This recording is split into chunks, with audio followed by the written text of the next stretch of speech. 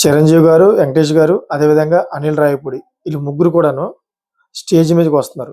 వచ్చినప్పుడు చుట్టుపక్కల ఉన్నటువంటి ఫ్యాన్స్ అందరూ కూడా విజిల్ తోటి మొత్తం స్టేజ్ అంతా కూడా మారుమోగిపోతుంది. ఎందుకంటే 'మనశంకర వరప్రసాద్' బాగా హిట్ అవ్వడంతోటి దాన్ని సెలబ్రేట్ చేసుకుంటున్నారన్నమాట. ఈ బ్లాక్ బస్టర్ సెలబ్రేషన్ అయితే చాలా రోజుల నుంచి ఆ హిట్ అయిన వారం రోజుల నుంచి అయితే ఇదంతా కూడా స్టార్ట్ అయింది. దాని గురించి ప్రతి వారానికి ఒక సెలబ్రేషన్ అక్కడక్కడ జరుగుతా ఉంది. సో, అదే క్రమంలోని నిన్నైతే చిరంజీవి గారు ఆ సెలబ్రేషన్ వేడుకకొచ్చారు. దాని గురించి ఎవరైతే దాంట్లో నటీనటులు అందరూ ఉన్నారో వాళ్ళందరూ కూడా బాగా అభినందించారన్నమాట. అందరూ కూడా బాగా యాక్టింగ్ చేశారు. చాలా వచ్చింది సినిమా అని చెప్పేసి చాలా మంచి మంచి మాటలు కూడా ఆడారు. అదే విధంగా అనిల్ రావిపూడికి కూడాను మంచి బ్లాక్ బస్టర్ సినిమా ఇచ్చినందుకు ఒక మంచి గిఫ్ట్ అయితే ఇచ్చారన్నమాట. అనిల్ రావిపూడి కూడా ఫుల్ ఖుషి అయిపోయాడు ఇంకా. సో, సీన్ కట్ చేస్తే స్టేజ్ పైన అందరూ ఉన్నారు. యాంకర్ ప్రతి ఒక్కరు కూడా మైక్ ఇస్తుంది. మైక్ ఇచ్చి అందరిని కూడా మాట్లాడమని చెప్పేసి వన్ బై వన్ అందరూ కూడా 'మనశంకర వరప్రసాద్' గురించి మీ క్యారెక్టర్ గురించి చెప్పండి అని చెప్పేసి ప్రతి ఒక్కరు కూడా యాంకర్ మైక్ ఇస్తుంది. సో, వెంకటేష్ గారు అయిపోయారు. అదేవిధంగా అనిల్ రావిపూడి గారు అయిపోయారు. అదేవిధంగా చిరంజీవి గారు. చిరంజీవి గారు వచ్చేసరికి 'మనశంకర వరప్రసాద్‌లోని యాక్టింగ్ గురించి చాలా చక్కగా మాట్లాడారన్నమాట. అందరూ కూడా బాగా యాక్టింగ్ చేశారని చెప్పేసి అందరిని అభినందిస్తూ మాట్లాడుతున్న క్రమంలోని చిరంజీవి గారు తన కూతురు గురించి కూడా మాట్లాడారు. చిరంజీవి గారు ఏం మాట్లాడారు? నా కూతురు డైరెక్టర్ అవ్వాలనుకుంది. అయితే చాలామంది నాకు కథలు వినిపించారు. అయినా గాని మా కూతురు మాత్రం దాన్ని రిజెక్ట్ చేసేది. చాలామంది అలాగే చెబుతుంటారు డాడీ. ఎందుకంటే మంచి కథ ఉంటేనే మనం ముందుకెళ్దాం అని చెప్పేసి ప్రొడ్యూసర్‌గా అయితే నా కూతురు చెప్పి నన్ను ఆపేసింది చాలా మట్టుగా. సో, అనిల్ రావిపూడి చెప్పిన ఈ కథ అయితే నచ్చడంతోటి నా కూతురు ముందుకొచ్చిందని చెప్పేసి ఆ స్టేజ్‌గా చెప్పారు ఆయన.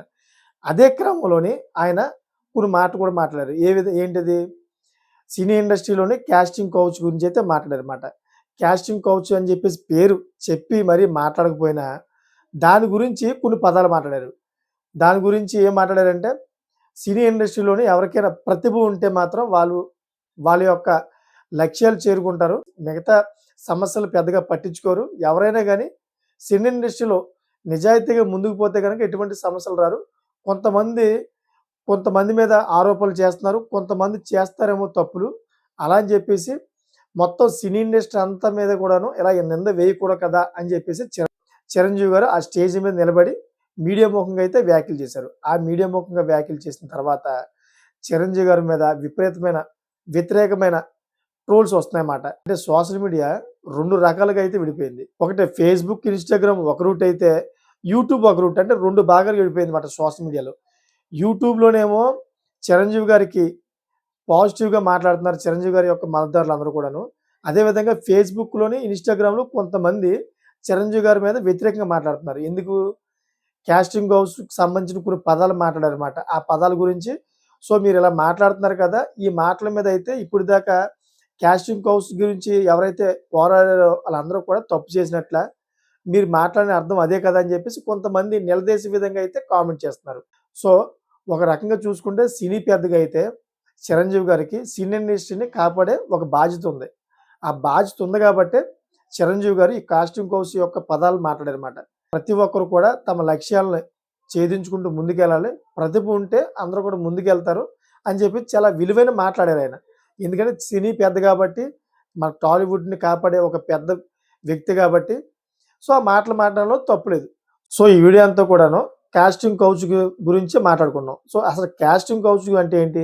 కాస్టింగ్ కౌచ్ వల్ల ఏంటి నష్టాలు? ఏంటి లాభాలు? So, casting couch. ఈ కాస్టింగ్ కౌచ్ వల్ల చిరంజీవి గారికి ఇప్పుడు ఈ విమర్శలు అదేవిధంగా కొంతమంది పాజిటివ్‌గా మాట్లాడేవాళ్ళు కూడా పాజిటివ్‌గా మాట్లాడుతున్నారు. ఈరోజు మనం కాస్టింగ్ గురించి మాట్లాడుకుందాం. ఈ వీడియోలోని అసలు కాస్టింగ్ కౌచ్ అంటే ఏంటి? అనే దాని మీద మాట్లాడదాం. సో, మనం ఒకసారి చూసుకుంటే కాస్టింగ్ కౌచ్ అనేది సినిమా, టీవీ, మోడలింగ్, థియేటర్ వంటి రంగాల్లో అవకాశాల పేరుతో లైంగిక లేదా అనైతిక ఒత్తిడి చేయడానికి సూచించే పదం అంట అది. ఇంకో పాయింట్ ఏంటంటే అధికారంలో ఉన్న వ్యక్తి తన అధికారాన్ని దుర్వినియోగం చేసుకుంటాడన్నమాట. బాధితుడు బలహీనతను ఆసరాగా తీసుకోవడం, అదేవిధంగా తనని తన సొంత పనులకు వాడుకోవడం కాస్టింగ్ కౌచ్ పరిధిలోకి వచ్చాయి. ఇయన్నీ వస్తాయంట. కాస్టింగ్ కౌచ్ అంటే పాత్రలకు ఎంపిక చేయడం. అదేవిధంగా కాస్టింగ్ అంటే పాత్రలకు ఎంపిక చేయడం. కౌచ్ అంటే సోఫా, అదేవిధంగా గది, రహస్య ఒప్పందాలకు సంకేతం అంట. సో, కౌచ్ అంటే వాళ్ళ పరిభాషలో మాట అది. సో, పాత్రల ఎంపికలను వ్యక్తిగత లాభాలకు వాడుకోవడం ఈ కాస్టింగ్ కౌచ్ ఎక్కువగా జరుగుతుందని చెప్పేసి ప్రధానమైన ఆరోపణ.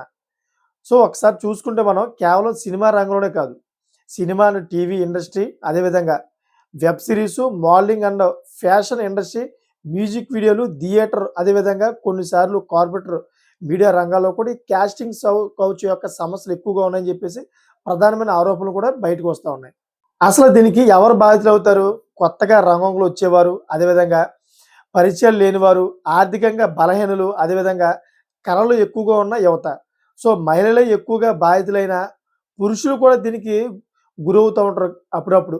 సో, మనం రీసెంట్‌లీగా ఒకసారి మనం గతంలో జరిగిన కొన్ని విషయాల గురించి మాట్లాడుకుంటే, శ్రీరెడ్డి ఎవరైతే ఉన్నారో శ్రీరెడ్డి కాస్టింగ్ కౌచ్ గురించి అయితే పోరాడారు ఆవిడ.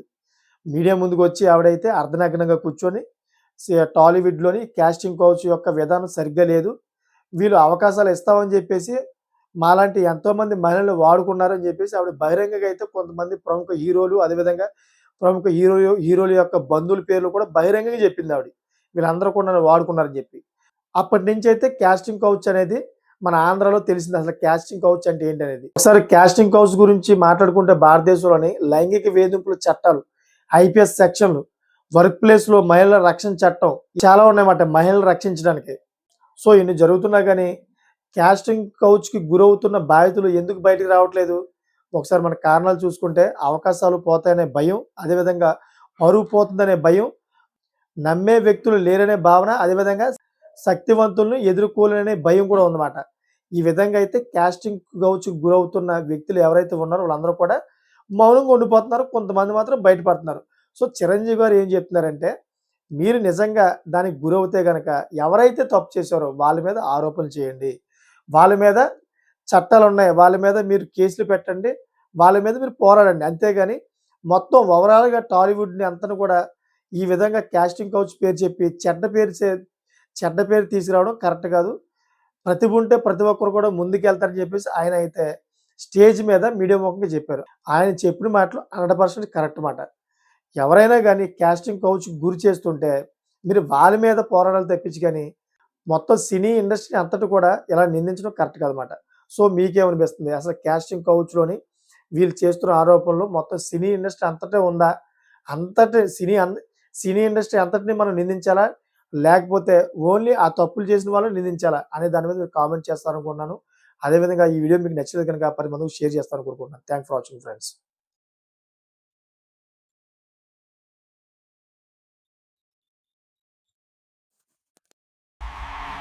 Hello, Mumbai.